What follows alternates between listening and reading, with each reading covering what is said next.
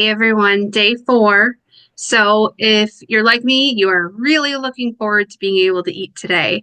I started fasting, I think it was 6 p.m., maybe it was 5:30 p.m.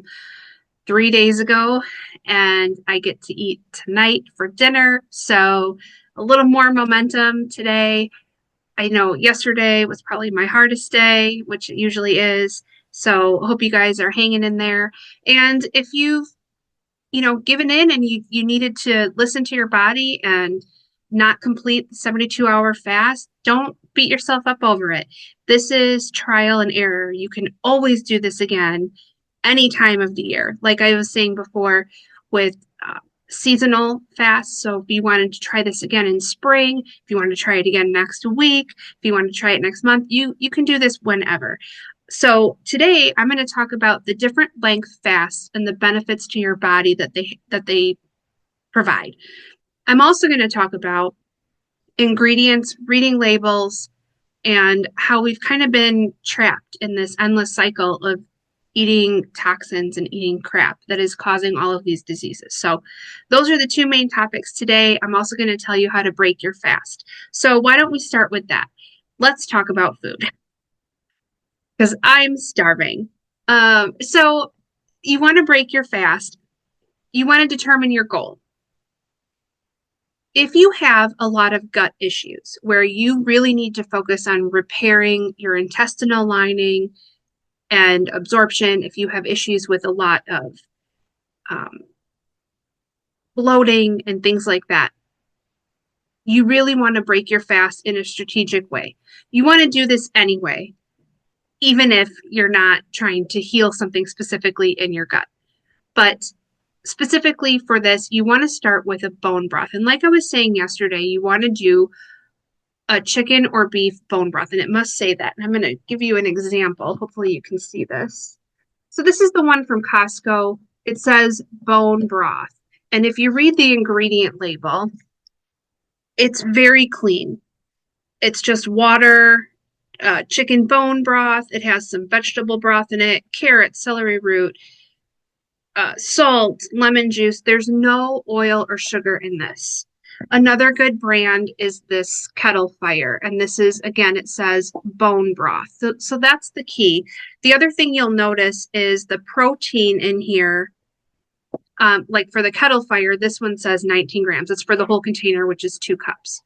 So the Kirkland brand for chicken is 9 grams of protein in 1 cup. So if you look at labels for just regular chicken broth, you're going to see that it might say less than 1 gram of protein or like 1 or 2 grams. So really that's the biggest difference is you get more collagen. So in bone broth is what's called glycine, and that helps repair the lining of the gut. So if you've got leaky gut, any of those issues with absorption, inflammation, it's going to help heal it. Not in one drink, but over time, as you get used to doing this, that's going to help repair. So you want to start with that. Then you want to provide the good gut bacteria in. So one of the benefits of fasting is it knocks out a lot of those bad bacteria. So when you are constantly eating processed foods, you have trained your gut to have all of the bacteria to break that down. So for example, a lot of people say, well, I started eating salads and I'm so bloated and I'm so uncomfortable. It's because you've trained your body to have the bacteria required for the bad foods, but you don't have any of the proper bacteria needed to break down good nutrient dense foods, especially those high in fiber. So that's where you really have to take a look at your diet and say, what do I value more? The function and health of my body, or eating things that I'm just used to eating and that I like. You can get to learn to like new things. For me, everyone who knows me, ask my parents, I hated broccoli my whole entire life. Hated it. At the smell of it being cooked, I could vomit. Did not like it. But it's a cruciferous vegetable. And through my journey of healing, I, had conversations with myself saying, okay, I really need to determine what what I'm going to do. Am I going to just live in pain, or am I going to actually try and heal my body? And again, broccoli is a cruciferous vegetable, which contains all the things your cells need to function properly and to heal your body, especially bringing down inflammation. But so I started with raw broccoli and a lot of dip. And I slowly got to like it. I would try roasted broccoli, didn't like it. I'd try it again. Your taste buds truly will change. And when I talk about the food today, they're going to taste different to you. And you may not like them at first, but I really encourage you to keep trying them again and again, because as you slowly wean out processed foods, chemicals, excess sugars, your taste buds will change and your cravings will differ. So just know that there is hope on the horizon with that. So you want to break your fast with the bone broth and then good gut bacteria. So that would be yogurt, that would be sauerkraut, kimchi, kefir. Those are things that have probiotics in it. The bonus of kimchi and sauerkraut is it is a pro and prebiotic because they are made from cabbage, which is a cruciferous vegetable. So you are getting the fiber that your body needs, the probiotic, and you're also getting the prebiotics, the fiber that the good gut bacteria need to eat. So that's a double bonus. Now with yogurts, I'm going to go on another little tangent here. This one is from Aldi. I'm not a big, as in my journey of trying to get healthier, I also don't want to spend a ton of money on stuff. Now, some things I've accepted are going to be more expensive and I find it worth it. But if I can find something that is just as good but cheaper, I'm going to do it. So this is the yogurt from Aldi. It's organic. The only thing that would make this a little bit better would be grass-fed. And I never really understood the difference between grass-fed, and that's a whole nother video. But the bottom line is you get more nutrients from eating that because the cows have more nutrients in them because they were pasture raised, eating good things, not eating grain. So the quality of their meat and milk is going to be better. So this is at least organic, which means the cows were eating organic food. So they're not eating food that was sprayed with pesticides, which would be a chemical that then is in your body and causing inflammation. This is whole milk. This is plain. Now, this is, again, if you don't even like yogurt, but you really don't like the other options either, you're going to have to start somewhere. And so what I would recommend is just start finding yogurts that have the least amount of sugar, least amount of chemicals. You really need to read ingredient labels. Plain is going to be your best option. I would rather you buy plain yogurt, add a crap ton of maple syrup to it and fruit, and eat it that way than to buy something with fruit or flavoring in it. That's still going to be better for you. And again, yogurt was not a love of mine for a very long time, and I certainly liked the whipped ones or any of the fun flavors, like the ones with the add-ins, the Chobani flips, I think, the coconut and almond, and all of those things sound clean and good. And you read the ingredient label and it's crap. So make your favorite flavors at home with plain yogurt. Just give it a try. It's going to take some time, but that's going to offer you the good bacteria. The other thing you want to look at on yogurt labels are in the ingredients. It should list, oh, this is terrible. You can't even read that. But in the ingredient list, you want to make sure that it says it has live and active cultures. The more, the better. Some brands, I would say there should be at least a minimum of 4. This one has 6. I have seen them up to 9. So the more strains you have, that's the more strains of gut bacteria you have in your body to tackle those harder fibrous things and do it in a way that does not cause bloating. I realize that a lot of people don't like sauerkraut or kimchi. Again, you really just need a small amount. So when you're breaking your fast, it's going to be 1 cup of bone broth, wait about a half hour to an hour, then have your pro or prebiotics. So your yogurt, your kimchi, your sauerkraut, whatever, but you only need a half a cup. And so, as much as you may not like it, it's what your body needs. And I can tell you that buying the fresh sauerkraut, so you don't want to buy canned for this. It needs to be fermented. One, it's super easy to make. You can look up videos on YouTube for that, but they have it in the produce section and it tastes like pickles to me. You can also buy pickles that are fermented. Bubby's is a brand. I don't have it here with me, but that is usually in the produce section as well. So you can always ask someone that works at the grocery store where they may have the kimchi, sauerkraut, or fermented pickles. And it's a good place to start. And again, you only need a small amount. I now love it and look forward to it. I could eat way more than a half a cup to a cup. I love it. So there is hope, trust me. And then you want to follow that with any type of protein or vegetables. Now, if you are a diabetic and you're really wanting to focus on keeping your insulin low, you're going to want to do vegetables before your protein. So that could be broccoli cooked or raw, whatever you want. Raw is going to give you the enzymes for healing for your body, but get it in however you can. So if you only like cooked, then do cooked. And then a high protein after that. So it's bone broth, your, let's say, sauerkraut or yogurt, and then vegetables and protein. And if you wanted to combine, like do yogurt, berries, and a ton of nuts, that would be some protein. You could turn it into a meal as well. Depends on what your goals are. But that's how you really want to break your fast, and then just take it easy. So you don't want to put too much in your body, even though you're starving.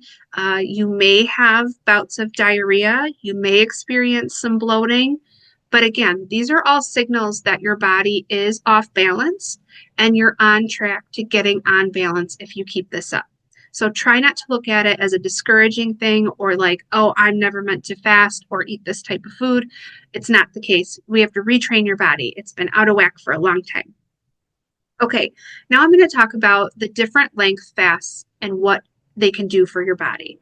So like I mentioned before, intermittent fasting is anywhere from 12 to 16 hours. And that's when the body starts to make ketones. It may take a while for that to happen if you've not ever done this before. If your body is constantly used to being fed food in short increments, this might take you a little bit longer, but you will get there. Just push back your breakfast by an hour and then do another hour. You can go slow with this, go at your pace. So 12 to 16 hours, you're going to start making ketones and burning some fat. At 17 hours is when autophagy starts, and that is where the cells do repair and clean up and start getting rid of toxins that are inside the cells. So that's really cellular repair. So that starts at 17 hours and it will peak at 72 hours. So if you've been doing the 72-hour fast, you've been getting autophagy this whole time. So that's awesome. 24 hours. If you fast for 24 hours, so a lot of people do OMAD, the 1 meal a day is what that stands for.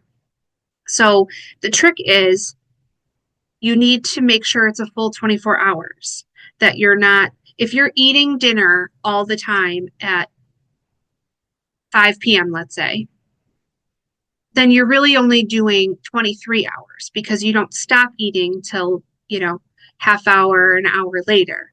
So you really want to make sure you're watching your time. But the 24-hour fast is awesome for the gut reset. So that's really where a lot of the bad gut bacteria get killed off.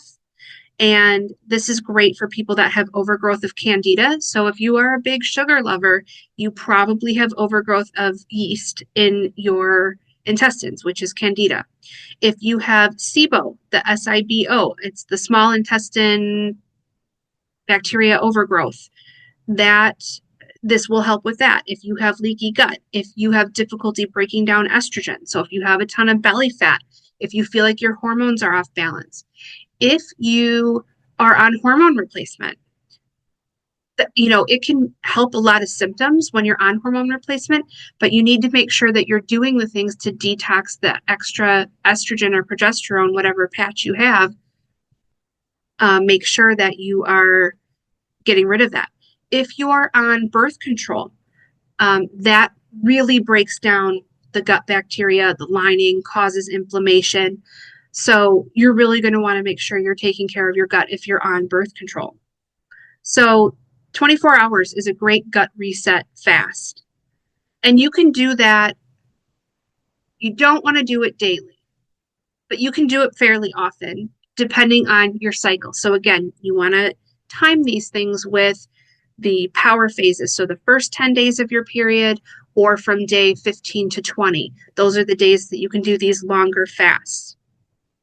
When you're in the manifestation or ovulation and then the nurture phase, day 20 till whenever you get your period, you really don't want to fast. You really don't want to push it past 15 hours because your body is in recovery mode and we want to support progesterone. So again, it's those cycling.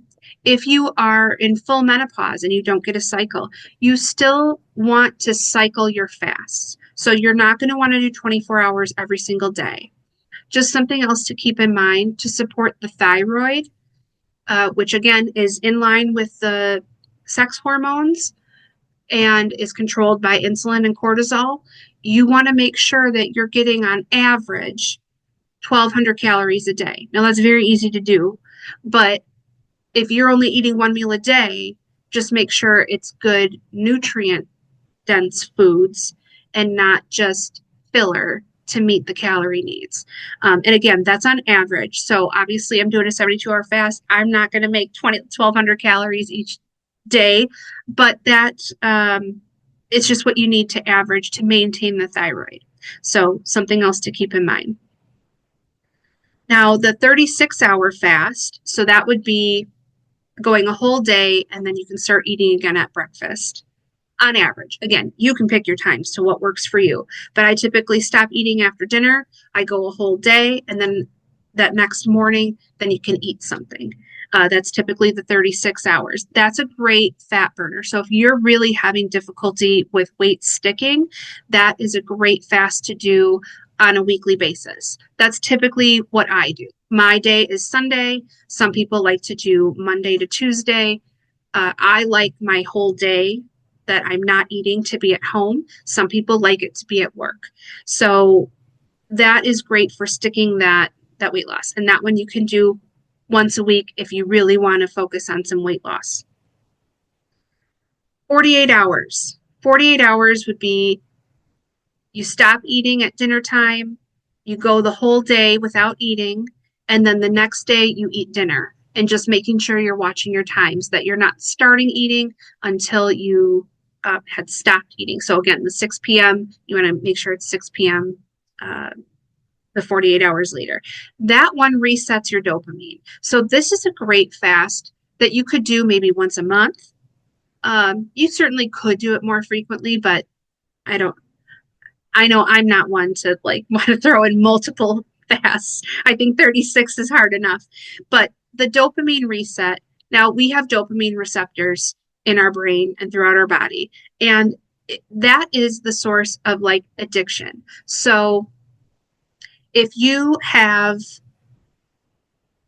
addictions to your phone, constantly scrolling, that constant need to check, it's behaviors that we're not even aware of that we're constantly doing. If you have food addictions, food addiction is very real. Having that satisfaction of eating something or even doing something when you know you're not supposed to, it gives you a dopamine hit and it makes you want to do those things over and over again. The chemicals that I have talked about with the preservatives and toxins that are put in our food and in the processed food, that feeds those addictive properties with the dopamine. So again, if you are having issues with mental health, all the more reason to really clean up your diet, eat clean whole foods, avoid processed foods, and a dopamine reset fast for 48 hours would be a great start. So it actually helps dopamine receptors grow in your brain. So you actually will have more concentrations of dopamine, but you won't need as much to get that effect. So a lot of times when, let's say with alcohol, a lot of people who are addicted to alcohol, you need more and more to feel that satisfied addiction hit of dopamine over time. And so this helps stop that cycle. This helps stop the need for more. You won't need as much to feel that dopamine release. And dopamine is a feel good hormone. So, it's not to look at it as bad that it's only for addiction, but uh, it's part of our happy hormones. The serotonin and dopamine, we need them, but we need them to work properly. And all of these bad foods that we're eating are triggering them to not function properly and causing things like depression and anxiety and things like that. Okay, and the last one is the 72-hour fast, which is what I and many of you have done. It resets the immune system. So this really helps stem cells start to grow. It increases a bunch of other chemical releases in the body that help the immune system function better. It helps get rid of all the bad white cells. It creates new white blood cells. This is good if you have an injury. So you could even fast up to 5 days to really see maximum benefits if you're suffering from a long-term injury that just won't go away, like a fracture or something like that. And if you've dealt with a lot of pain, this can help reset the immune system and help fight those old injuries and scar tissue. So that's one of the great benefits of 72 hours. But regardless, just start practicing fasting. This is something you can incorporate daily with your cycle, weekly, monthly, seasonally, and really start getting your health back on track.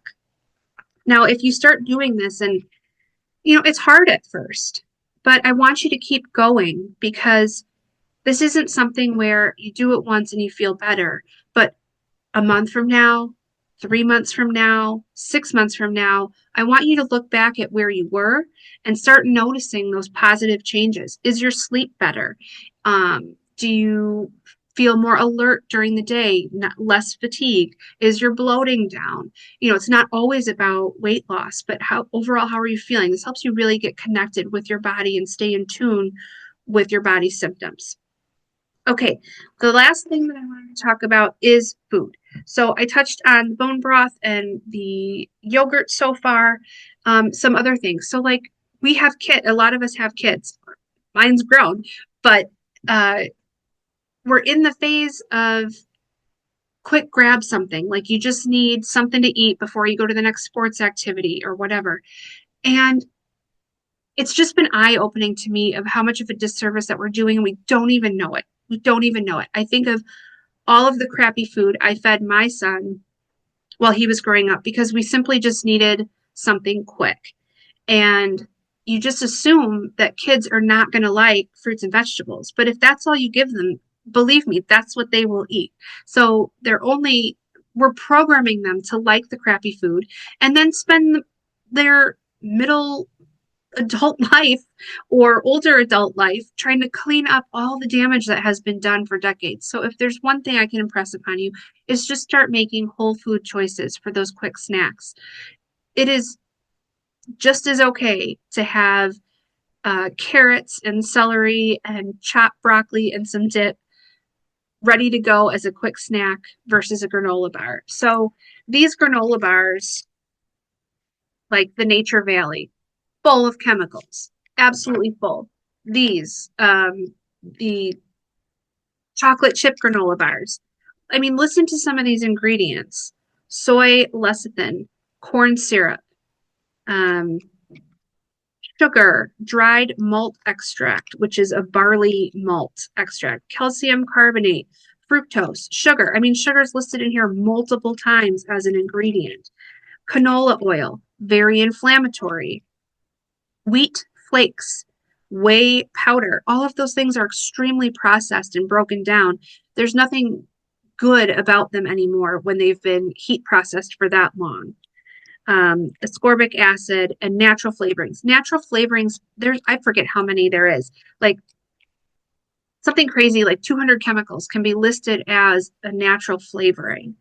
So you want to really be careful. If you see natural flavors, don't blow it off. It can be really, really nasty stuff that is hidden in there and just called natural flavors. So I could do another video on that too later. But a better alternative, still not great, but this is from Costco. These are their Sunrise energy bars. They also have like a smaller version that looks like a little cupcake. But in here are extremely clean ingredients. The only complaint I have is it has sunflower oil and cane juice. Everything else is super, super healthy. So the sunflower oil is going to be inflammatory in your body.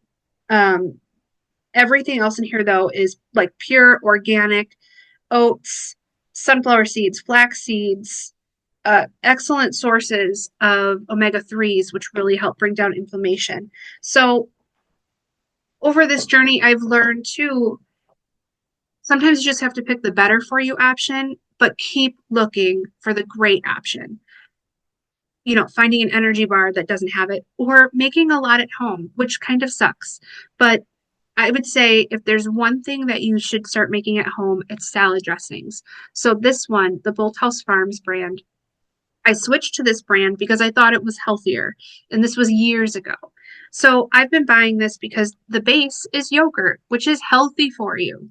But in here is soybean oil, cultured non-fat milk product. It is whey protein concentrate, just a lot of powders, dill spice. Oh, that's fine. Natural flavors. So it's it's junky. It's junky, and it's super easy to make salad dressing. So get a mason jar or any jar that has a lid that won't leak. You just put in some ingredients and you shake it up.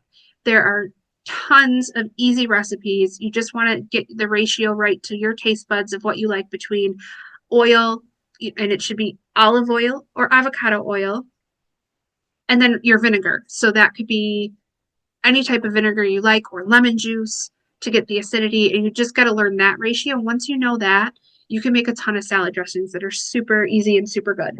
I also really like taking the yogurt, like a good plain yogurt, and using it in place of sour cream. So I also make my own ranch dip with that. So if I do have a plate of vegetables that are going to be, you know, a snack or whatever for work, I do now make my own ranch dressing using my own spices, not a ranch powder mix, because that's again going to be full of chemicals. Soups, nothing but junk. And this should be upsetting. This is ridiculous. You like can't buy anything for quick grab that's healthy. But disodium phosphate, sugar is mentioned multiple times in here. Soy protein concentrate, yeast extract, soy lecithin. So it's just, and dyes, colored dyes. Like, why do you need that in a soup? So it's just really frustrating that it is difficult to find those things. So again, my husband eats those, but as far as soup, I really just make a bunch. I make a big batch and then I freeze it. And that's what I eat for soup. Peanut butter. I had talked about the other day about really having just plain, no corn syrup, no sugar, no oil, peanut butter or almond butter, whatever you like. This is the Kirkland brand. It's organic peanut butter, and the ingredients are roasted organic peanuts and sea salt, and that is it. And this is the best tasting, truly. You do have to mix it when you first get it, but then you really don't, then it's not too bad. It's just like any other peanut butter, where you might still get a little oil at the top and you got to mix it in, but totally fine. The other thing that was appalling to me was mayonnaise. So this is an excellent brand, the Chosen brand. This took some getting used to. I now really like it, but for a very long time, I really struggled in finding a good mayo. If you look at the back of Hellmann's or Miracle Whip, so many chemicals. It's ridiculous. And it's like, no wonder we have so many, we don't feel good. No wonder we don't feel good. So, but this one is pure avocado oil, whole eggs, vinegar, mustard, salt, and rosemary. That is it. And it tastes really good. This is like pure mayonnaise. This is what mayonnaise is supposed to be. But the marketing has turned it into something that isn't even remotely close to mayo. Mayo is just oil and eggs, and they've ruined it. So this is a really good one. It is expensive at the grocery store. If you go to Costco or know someone who goes to Costco, this is going to be your best price by far. Otherwise, you'll be getting a small little jar for the same price as this one at the grocery store. The other thing to look for, again, these are carbs, these are still snacks, these are still things you shouldn't eat all the time, but we are human. This is again at Aldi's. They don't have them all the time. Another brand is called Jackson's. They make sweet potato chips. They did also start making regular potato chips. They're just hard to find, depends on the grocery store. But this is at Aldi, really good price. They are just pure potatoes and avocado oil and Himalayan salt. And they taste really good, just like any other potato chip, but without all of the crap. Last two things are crackers, junk, junk, but not so. Again, sometimes you have to find the better for you option. So with the Triscuits, it's whole grain wheat, canola oil, which is inflammatory.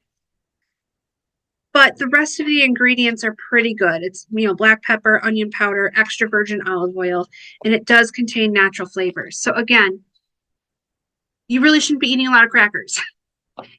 Eat whole foods. But again, it's difficult to find the better for you options. I don't have it here with me because we do eat them quite a bit, but the Simply Mills brand has some pretty decent crackers. They do have some inflammatory oils in some of them, but they do make a graham cracker. It doesn't say graham cracker. It says cinnamon, like a cinnamon cracker or something, but it tastes just like a cinnamon graham cracker, and that is really good. It has no inflammatory oil. So again, the ingredient, and this is a cracker. A cracker should be like flour and flavorings, but this has a bunch of added crappy vitamins. So they've stripped the flour. When you buy enriched flour, it's completely bleached, stripped of all nutrients, and then they add back in crappy synthetic vitamins like iron, thiamine, riboflavin, folic acid. They're all crappy vitamins. This isn't like good for you because they added them. It has canola oil, which is highly inflammatory. It has a ton of sugar, lots and lots of sugar in here. So again, really just start reading labels. And the other thing I wanted to touch on was nuts. So these are, again, from Costco. They're organic, but they're also unsalted and unroasted. So these are raw nuts. And Costco definitely is the best price to find them. Again, you're probably not going to love them at first because you're used to the salty, oiled nuts. And believe me, I get it. They taste great. But they're adding to your health problems.